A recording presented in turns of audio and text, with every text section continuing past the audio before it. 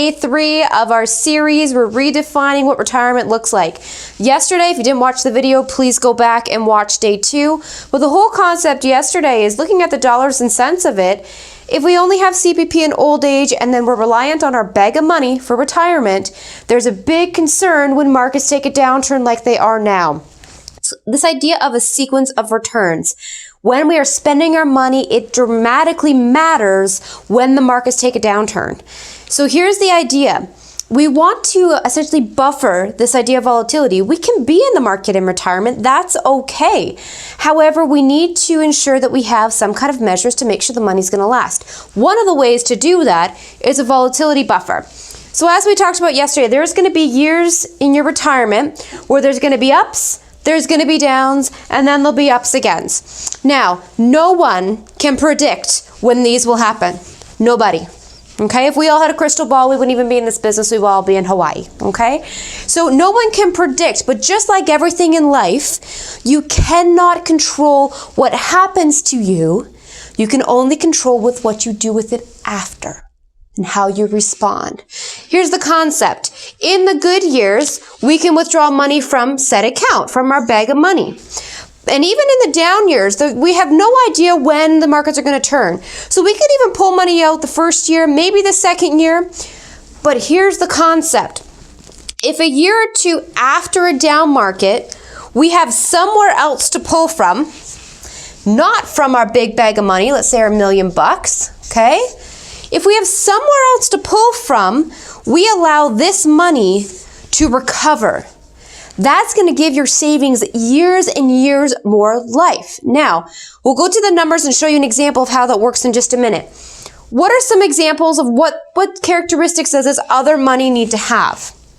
Well, it needs to be non-correlated to what you have in your $1 million. It shouldn't be market volatility. It shouldn't be necessarily in correlation with the stocks and bonds that you already have.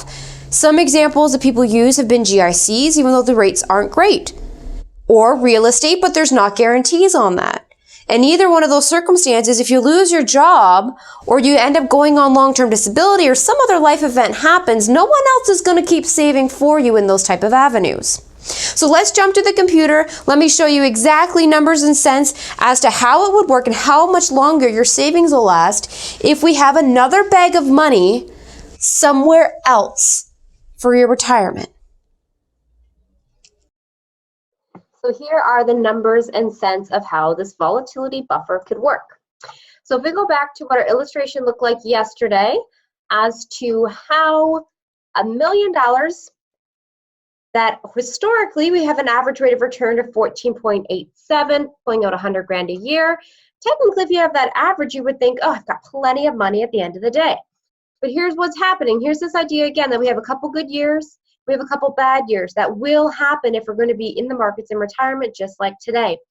Again, we cannot control these down markets. We can only control what happens to how we respond to it.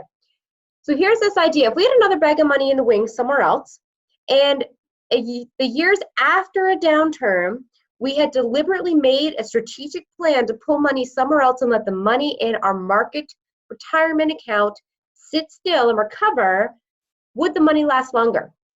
So if we look at it, we had a down year in year 4, year 5, and year 8. So here's the strategy. What if year 5, year 6, and year 9, we pulled our $100,000 from some other volatility buffer? Would that make the money last any longer? Let's try it out. So here's the concept. We're still going to take out $100,000 a year, okay? Every year except for year 1, 2, 3, 4, 5, 6, 7, 8, and 9. 3 years from some other bucket of money. Let's see what would happen. Remember, we ran out of money at about year 11, year 12 otherwise. Look at that. If we just pulled money from another bucket of money for 3 years of our retirement, especially in the early days, that's the biggest kicker. If you get a down market in the first few years of retirement, it's critical to the length of your retirement savings. If we could pull money from some other source for just 3 years, all of a sudden our money not only lasts us till age 95, but we still have $2 million left when we started with 1. okay? So here's the concept. This volatility buffer needs to be not reliant on the market.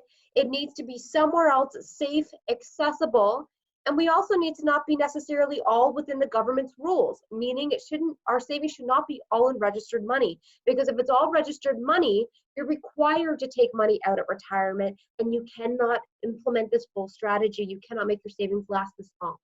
Okay, tomorrow for day 4, watch out. We're going to go through what does this volatility buffer look like? What are the characteristics that it has to meet in order for this plan, this strategy to work? And then just wait for the icing on the cake. Day 5, we're going to go through the ins and outs of all of what this product and how this diversification tool works for your retirement. Thanks for joining us. Don't forget, you can upgrade your advisor any day. Give us a call, like us below, share this, comment below. If you think that was possible, what is the big aha moment from today's video? Thanks so much. From Oasis Wealth, I'm Beverly. Have a great day.